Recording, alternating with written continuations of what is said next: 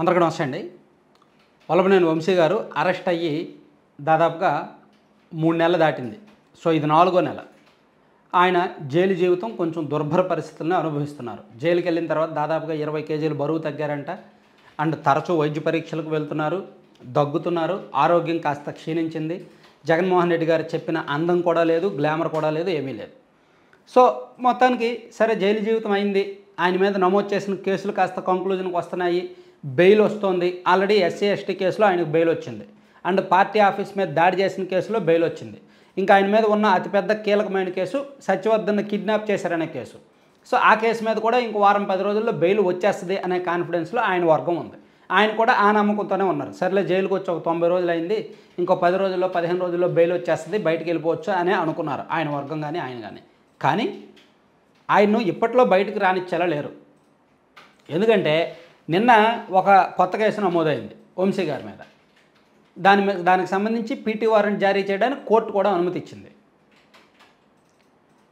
ఎన్నికల సమయంలో లబ్ధి పొందడానికి, అక్రమంగా లబ్ధి పొందడానికి నకిలీ ఇళ్ల పట్టాలు ఇచ్చారంట లబ్ధిదారులకి. అది మోసం చేయడమే కదా, ప్రజలను మోసం చేయడమే కదా. సో దాని మీద ఒక కేసు నమోదైంది. తాజాగా ఈరోజు గన్నవరంలో అక్రమ మైనింగ్కు పాల్పడ్డారని మైనింగ్ డిపార్ట్మెంట్ ఏడీ గన్నవరం పోలీస్ స్టేషన్లో ఫిర్యాదు చేశారు. అక్రమ తవ్వకాలపై రూపొందించిన ఒక రిపోర్ట్ రెడీ చేసి ఆ రిపోర్టు ప్రకారం సుమారుగా 100 కోట్లు విలువైన అక్రమాలకు పాల్పడ్డారు అని ఫిర్యాదు చేశారు. ఈ ఫిర్యాదు మీద కూడా వంశీ గారి మీద కేసు నమోదైంది. అంటే తాజాగా నిన్న ఒక పీటీ వారెంటు, ఈరోజు మరో కేసు. సో ఈ 2 కేసుల్లో మళ్ళీ కొన్నాళ్ళు ఆయన లోపల ఉండాల్సి వస్తుంది. ఆల్రెడీ 3 నెలలు పూర్తయింది. అంటే 100 రోజులు వేడుక పూర్తి చేసుకోవాలని గన్నవరం నియోజకవర్గంలో టీడీపీ వాళ్ళు ప్లాన్ చేస్తున్నారు. సరే ఒక 10 రోజుల్లో బయటకు వచ్చేస్తారని వైసీపీ వాళ్ళు ఆయన వర్గం, వంశీ గారి వర్గం ధీమాగా ఉన్నారు. సరిగ్గా ఈ టైంలో ఈ 2 కేసులు కూడా కీలకమైన కేసులే, పెద్ద కేసులే. ఒకటి 420 చీటింగ్ కేసు కిందకు వస్తుంది, నకిలీ పట్టాలు ఇవ్వడం అనేది. ప్లస్ ఈ భూ అక్రమాలు అవి ఇవి వస్తాయి, దాని కిందకు వస్తుంది. సంతకాలు ఫోర్జరీ అని, నకిలీ అని, అదంతా కొంచెం పెద్ద సెక్షన్లో. ఇక్కడేమో 100 కోట్లు మైనింగ్, అక్రమ మైనింగ్ అనమాట. సో గన్నవరం నియోజకవర్గంలో మైనింగ్ చేసి ఆ చుట్టుపక్కల మచిలీపట్నం, గుడివాడ అటు తరలించి అమ్మేవాళ్ళంట. ఒక్కొక్క టిప్పరు భారీగానే వసూలు చేశారు. దీనిలో వంశీ గారు లబ్ధి పొందారు, వంశీ గారి ప్రధాన అనుచరులు లబ్ధి పొందారు. సో దీని మీద సుమారుగా నియోజకవర్గం మొత్తం మీద 195 నుంచి 200 కోట్లు స్కామ్ జరిగిందని విజిలెన్స్ అండ్ ఎన్ఫోర్స్మెంట్ రిపోర్టు ప్రభుత్వానికి ఇచ్చింది.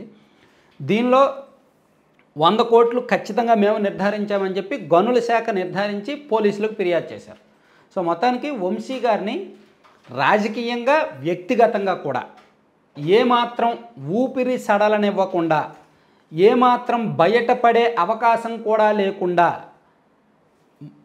ఉక్కిరి బిక్కిరి చేస్తున్నారు అనుకోవచ్చు. ఇది ప్యూర్లీ వంశీ గారి స్వయం కృతాపరాధం, అంతకుమించి ఇంకేమీ కాదు.